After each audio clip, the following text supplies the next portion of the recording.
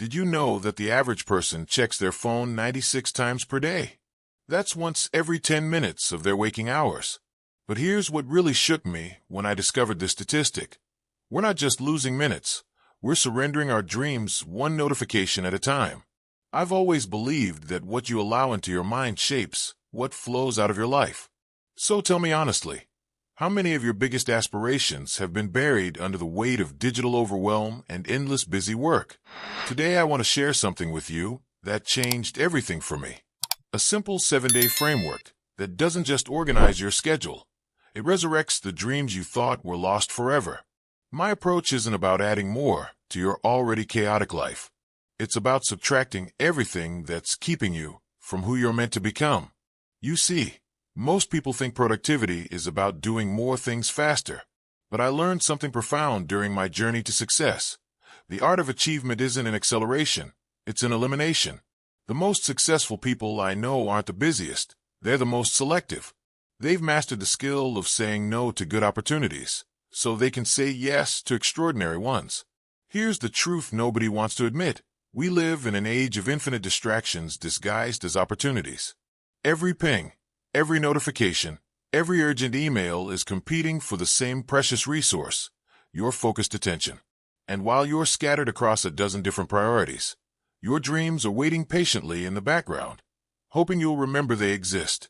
I want to tell you about a conversation that shifted my entire perspective on time. I was speaking with a billionaire entrepreneur, and I asked him what separated him from everyone else who started with the same advantages. His answer was simple but profound. I learned early that clarity is more valuable than speed. Most people run fast in the wrong direction. I learned to walk deliberately toward what matters. That conversation planted a seed that grew into what I now call the dream reclamation system. It's not another productivity hack or a time management trick. It's a complete rewiring of how you think about your days, your energy, and your future. Let me ask you something that might be uncomfortable.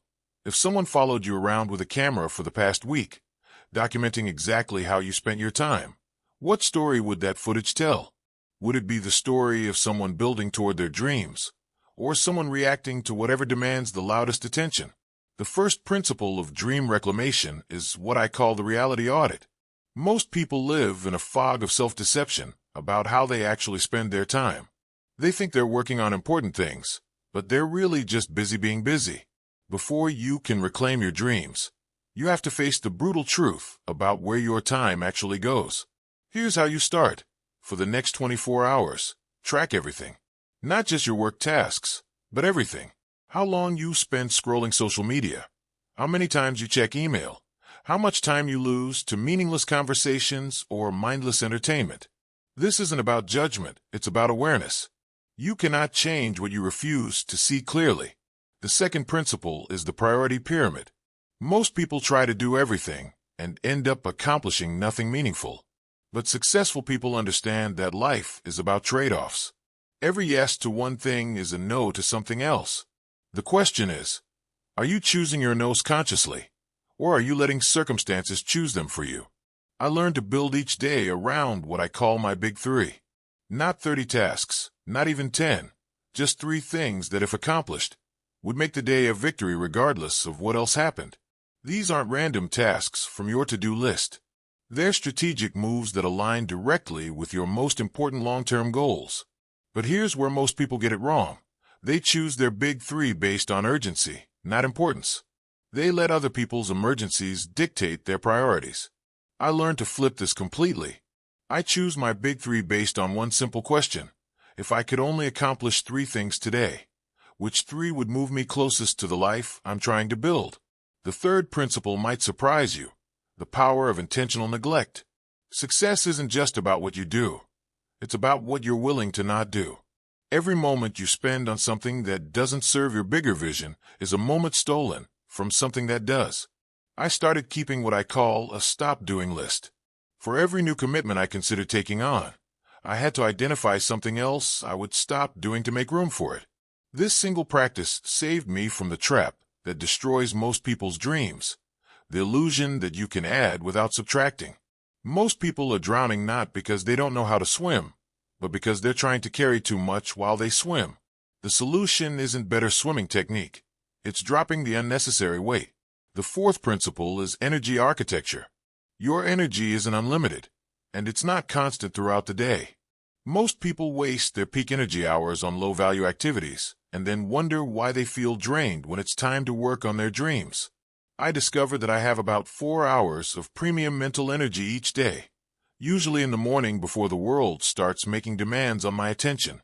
Those 4 hours became sacred. No meetings, no email, no phone calls. Just me and my most important work. Protecting those hours was like guarding a treasure, because that's exactly what they were. You need to identify your own peak energy windows and defend them fiercely. Most people give their best hours to their boss and their worst hours to their dreams. Then they wonder why their dreams never come to life.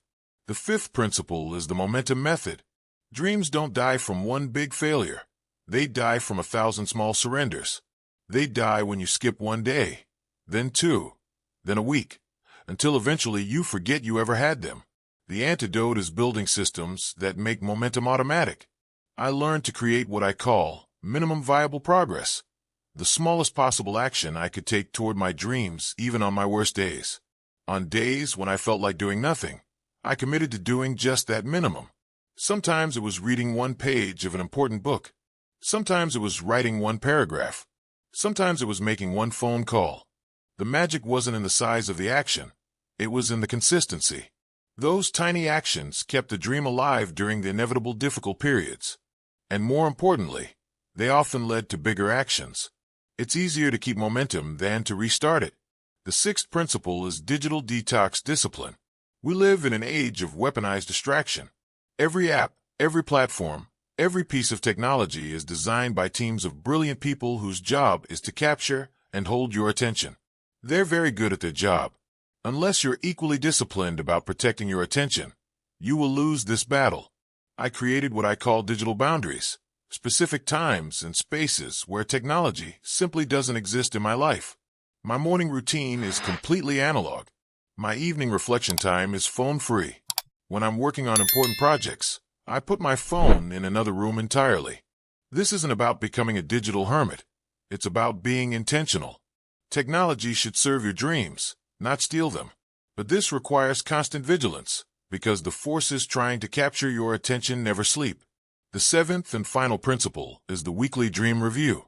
Most people set goals and then forget about them until they realize a year later that nothing changed. But dreams require constant attention.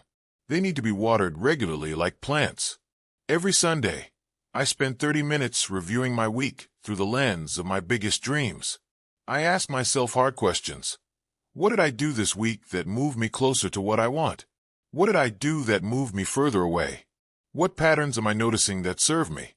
What patterns am I noticing that sabotage me? This isn't about perfectionism or self-judgment. It's about conscious course correction. Most people drift through life unconsciously. The weekly review keeps you awake to your own patterns and choices.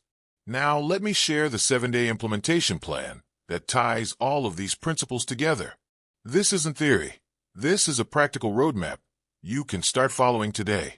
Day 1 is your reality audit day. Track everything for 24 hours. No judgment, just awareness. See where your time actually goes versus where you think it goes. Most people are shocked by what they discover. Day 2 is priority pyramid day. Based on your audit, identify your big 3 for the next week. These should be activities that directly connect to your biggest dreams. Write them down and put them somewhere you'll see them every day. Day 3 is intentional neglect day. Look at everything you're currently doing and create your stop doing list. What commitments, activities, or habits are taking time away from your big 3 without providing real value in return? Day 4 is energy architecture day. Identify your peak energy hours and design your schedule to protect them. Block out time for your most important work during your highest energy periods. Day 5 is momentum method day. Design your minimum viable progress actions, the smallest steps you can take toward your dreams even on difficult days. Make these so small that you have no excuse not to do them. Day 6 is digital detox day. Implement your digital boundaries. Choose specific times and spaces where you disconnect completely.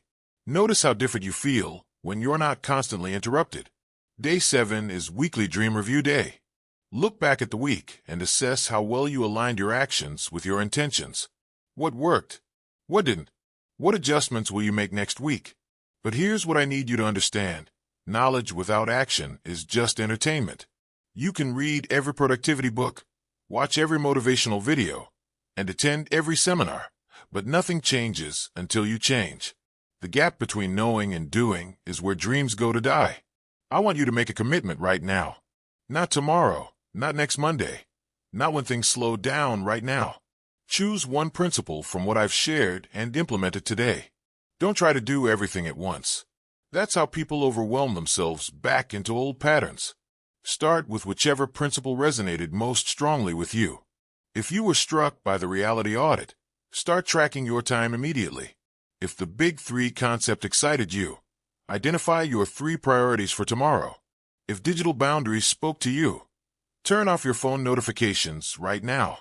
The power isn't in perfect implementation. It's in taking the first step. Action creates clarity. Movement generates momentum. Progress builds confidence. But it all starts with the decision to begin. Here's what I know after decades of studying success and helping people transform their lives. Your dreams are not dead. They're just sleeping. They're buried under layers of distraction, obligation, and unconscious living. But they're still there, waiting for you to remember them, to choose them, to fight for them. Every great achievement in history started with someone deciding that their dreams mattered more than their comfort. Someone choosing the difficult path of discipline over the easy path of drift. Someone saying no to good enough so they could say yes to extraordinary. The question isn't whether you're capable of reclaiming your dreams. You are. The question isn't whether you have enough time. You have the same 24 hours as everyone who's ever achieved anything great. The question is whether you'll choose to use those hours intentionally or let them slip away unconsciously. Your future self is counting on the decision you make today. 5 years from now, you'll either be grateful that you started this process or regretful that you didn't. But that 5 year from now version of you doesn't get to make this choice. Only the current you can do that. The 7-day plan I've shared with you isn't just about productivity or time management. It's about identity transformation. It's about becoming the type of person who honors their dreams with their actions. It's about proving to yourself that you're serious about the life you say you want to build. Your dreams have been patient with you. They've waited through years of excuses, distractions, and delays. They've survived your doubt, your fear, and your procrastination. But they won't wait forever. At some point, unused dreams fade away, replaced by the comfortable resignation of what if. But that's not your story. Your story is about to become one of reclamation, of resurrection, of dreams brought back to life through deliberate daily action. Starting today, starting now, starting with whatever principle spoke most clearly to your heart. The clock is ticking, but not in the way most people think. It's not ticking toward some deadline or disaster. It's ticking toward possibility. Every moment you choose your dreams over distraction, you're writing a different ending to your story. Every day you implement these principles, you're becoming someone new. 7 days from now, you could be living in a completely different relationship with your time, your energy, and your future. But only if you start today. Only if you choose action over analysis, progress over perfection, and dreams over drift. Your extraordinary life is waiting. The question is, are you ready to reclaim it?